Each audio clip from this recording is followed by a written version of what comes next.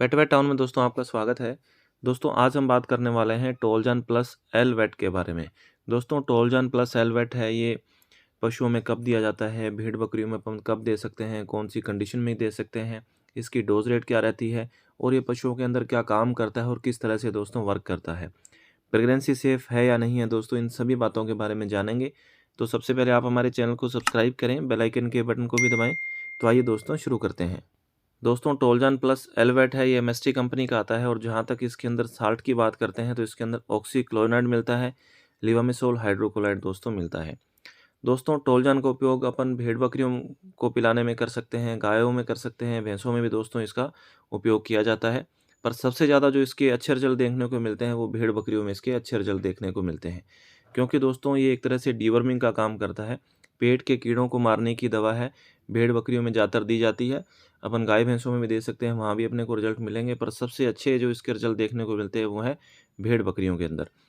दोस्तों अब बात करते हैं कि ये जो पेट के कीड़े जो मारता है या नियंत्रित करता है, कौन कौन से कीड़े हैं वो जो मारता है। दोस्तों अपन साल्ट वाइज काम करने जो ये बात कर लेते हैं। दोस्तों इसके अंदर 2 साल्ट मिले हुए हैं, दोनों को साल्ट वाइज अपन समझ लेते हैं कि कौन सा साल्ट कौन से कीड़ों को मारता है, क्या काम करता है। दोस्तों सबसे पहले जानते हैं ऑक्सीक्लोराइड के बारे में। दोस्तों ऑक्सीक्लोराइड है, ये भी दोस्तों पेट के कीड़ों को मारता है और ज़्यादातर दोस्तों ये जो लीवर फ्लूक है उनको मारने का काम करता है, उनके पोषण को रोक देता है, जिससे लीवर फ्लूक क्या है कि मर जाते हैं। तो ऑक्सीक्लोराइड का जो रिजल्ट है अपने को भेड़ बकरियों के अंदर लीवर फ्लूक को मारने में दोस्तों अच्छा अपने को रिजल्ट इसका जो मिलने वाला है।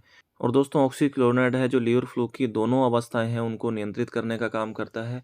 इनमेच्योर जो लीवर फ्लूक है या एडल्ट जो लीवर फ्लूक है, उन दोनों जो अवस्थाएं होती है लीवर फ्लूक की उनको नियंत्रित करता है भेड़ और बकरियों में। दोस्तों ये जो बड़े एनिमल में है उनमें भी दोस्तों ये काम करता है, ऐसी बात नहीं है। दोस्तों अब बात करते हैं लिवामिसोल हाइड्रोक्लोराइड के बारे में। दोस्तों लिवामिसोल हाइड्रोक्लोराइड है, ये राउंड वर्म्स और लंग्स वर्म को दोस्तों मारने का काम करता है, उनको नियंत्रित दोस्तों करने का काम करता है। और सबसे अच्छी बात है कि लिवामिसोल है जो इम्यूनिटी मॉड्यूलेटर का काम करता है, इम्यूनिटी बूस्ट का काम करता है, पशुओं के अंदर रोग प्रतिरोधक जो क्षमता बढ़ाने का दोस्तों काम करता है।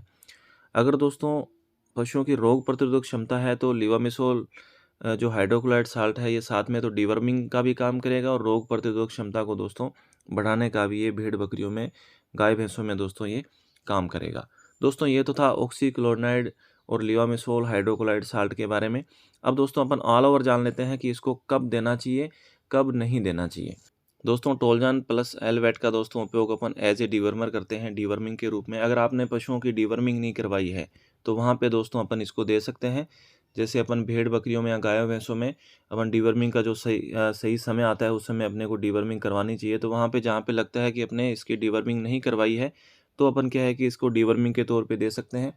दूसरा दोस्तों इसको कब देना चाहिए कि अपना जो गाय है, भैंस है या भेड़ है, बकरी है, वो चारा दाना खूब ले रही है, अच्छे से चारा दाना ले रही है, पर उसका जो वज़न जो वेट गेन नहीं हो रहा है, बिल्कुल कमज़ोर दुबले पतले अपने को दिख रहे हैं, तो दोस्तों वहाँ पे अपने को इसको देना चाहिए। जिससे क्या है कि जो पशु चारा दाना लेगा वो उसको शरीर को लगेगा। ऐसे नहीं कि जो पशु ने जो भी अपन दे रहे हैं, अच्छी डाइट दे रहे हैं, वो उसके अंदर वर्म्स का लोड काफ़ी ज़्यादा होता है, तो पशु के जो शरीर तक पोषण नहीं पहुँच पाता है। तो इसलिए क्या है कि उस कंडीशन में अपन दे सकते हैं। दोस्तों जहाँ पे भेड़ बकरी है या गाय भैंस है उनकी आंखों से गीड आता रहता है, आंखों से पानी टपकता रहता है दोनों आंखों से लगातार, तो दोस्तों उस समय अपन दे सकते हैं। या दोस्तों भेड़ बकरियों में ज़्यादातर डायरिया की समस्या हो जाती है, बार बार डायरिया लगता है, बार बार डायरिया लगता है, जहाँ पे अपन डिवर्मिंग नहीं करवाई है, तो दोस्तों उस कंडीशन में भी दोस्तों अपन इसको पिला सकते हैं। दोस्तों भेड़ बकरियों में भूख की कमी हो जाती है, जो जो वर्म्स का लोड बढ़ जाता है, इस वजह से क्या है कि जो भी चरवाहे हैं या अपन घर पे भेड़ बकरियाँ रख रहे हैं वो अच्छे से चर नहीं रही है, अच्छे से दाना चारा नहीं ले रही है, तो दोस्तों वहाँ पे भी अपन दोस्तों दे सकते हैं। और दोस्तों सबसे बड़ी बात है कि इसके अंदर जो लिवामिसोल जो साल्ट डाला हुआ है, अपन क्या है कि इसकी जो डिवर्मिंग है सर्दियों के मौसम से पहले करवा दें तो अपने को अच्छे रिजल्ट मिलेंगे। क्योंकि सर्दियों के मौसम में क्या है कि भेड़ बकरियों को में नाक से पानी आने की जो समस्या रहती है, सर्दी जुकाम की समस्या रहती है, तो ये एक तरह से लिवामिसोल साल्ट है, इम्यूनिटी बूस्ट का काम करता है। तो अपने पशुओं में ये समस्या काफ़ी जो कम देखने को मिलेगी और ये चीज़ें हमने फील्ड में ऑब्जर्व भी की है। दोस्तों अगर मवेशी है, भेड़ बकरी है, अनावश्यक अखाद्य चीज़ें खा रहे हैं, जैसे मिट्टी चाटना, एक दूसरे का पेशाब पीना, इस तरह की अगर समस्या होती है तो दोस्तों वहाँ पे भी अपन इसकी डिवर्मिंग करवा सकते हैं। जिसके बाद में क्या है कि ये समस्याएं, जो पाइका की जो समस्या होती है वो काफ़ी हद तक दोस्तों कम हो जाती है और पशु ये जो अनावश्यक चीज़ें खाना है वो बंद कर देता है। तो दोस्तों उस कंडीशन में पिला सकते हैं। और दोस्तों सबसे बड़ी बात है, टोलजान प्लस एलवेट है, ऐसे नहीं कि ये जो लीवर फ्लूक को ही नियंत्रित करेगा या ये राउंड वर्म्स को जो नियंत्रित करेगा, लंग्स वर्म को नियंत्रित करेगा।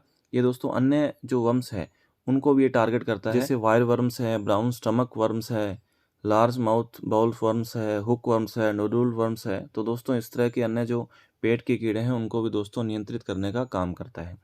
दोस्तों बात करते हैं कि टोलजान प्लस एलवेट को अपन कब पिलाएं, कितने समय बाद पिलाएं, इसकी डोज क्या रहती है, प्रेगनेंसी सेफ है कि नहीं है।